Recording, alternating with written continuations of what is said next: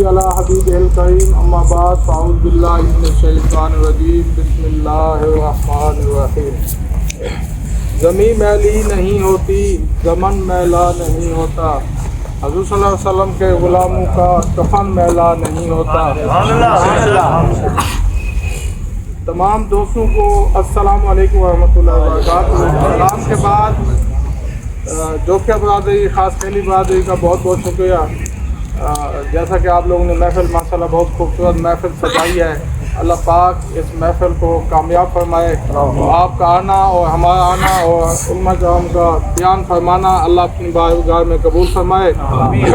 اب میں آپ کا زیادہ ٹائم نہیں لوں گا کیونکہ ٹائم بہت کم ہے، ٹائم قیمتی، آپ لوگوں کا کام میں سب لگے ہوتے ہیں۔ مختصر بات کروں گا، آپ کا یہاں بیٹھنا اور ہمارا یہاں آنا ایک ہی مقصد ہے ہم سب کا، وہ دین کو تخت پہ لانا ہے۔ بابا جی خادم حسین رضوی رحمۃ اللہ علیہ تعالیٰ کا پیغام ہم نے آپ تک پہنچانا ہے اور گھر گھر تک جانا ہے انشاءاللہ۔ ہم اور جا بھی رہے، پہنچا بھی رہے پیغام۔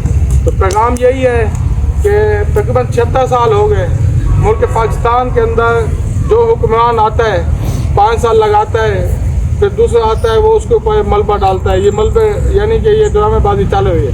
76 سال سے پاکستان کی کوئی ترقی نہیں ہوئی۔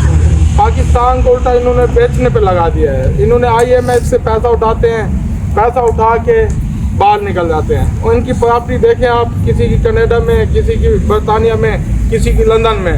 تو جو پاکستان کے اندر ترقی ہوئی، جو سی پیک بنایا گیا، یہ کیا انہوں نے اپنی جائیداد بیچ کے لگائی؟ کیا انہوں نے اپنی زمینیں بیچی؟ کیا انہوں نے اپنا پیسہ لگایا؟ نہیں، چائنا کو دے دیا۔ چائنا نے پیسہ لگایا، اب چائنا ہی پاکستان سے کما رہا ہے۔ چائنا کما ہے۔ بھئی آپ اپنی جائیدادیں بیچو، اپنی چیزیں بیچو، اپنی چیزیں نہیں بھی بیچتے، جو آپ نے قرضہ لیا اس سے بناؤ، اسی سے کما کے پھر عوام کے اوپر لگاؤ۔ تو انہوں نے کبھی بھی نہیں لگانا۔ 76 سال سے ہم پریشان ہیں، سب پریشان ہیں۔ عوام بیزار ہو چکی ہے۔ عوام کھانے کے لیے نہیں ہے، عوام کے پاس پہننے کے لیے نہیں ہے۔ پھر بل اتنا آ جاتا ہے، بجلی کا، گیس کا بل آ جاتا ہے، حالانکہ یونٹ چلتے نہیں ہیں لیکن بل آ جاتا ہے۔ اب آپ جاتے ہیں آفس میں بل بھرنے کے لیے، وہاں پہ کوئی سنائی نہیں دیتا، بولتے بھائی بل میں جو ہے نا تو اگلے بل میں۔ بھائی کہاں سے دیں وہ لوگ؟ کھانے کے لیے پیسے نہیں ہیں، کہاں سے پیسہ لے کے آئیں آپ کو دیں؟ پھر وہ اگر 2 مہینے نہیں بھرتے تو میٹر کاٹ کے چلے جاتے ہیں۔ دیکھیں ہمیں انہوں نے بھکاری بنا دیا۔ کیسے نے بنایا؟ سیاستدانوں نے بنایا۔ فقیر کس نے بنایا؟ سیاستدان نے بنایا۔ مجبور کس نے بنایا؟ سیاستدان نے بنایا۔ اب چور کو چور بھی سیاستدان نے بنایا۔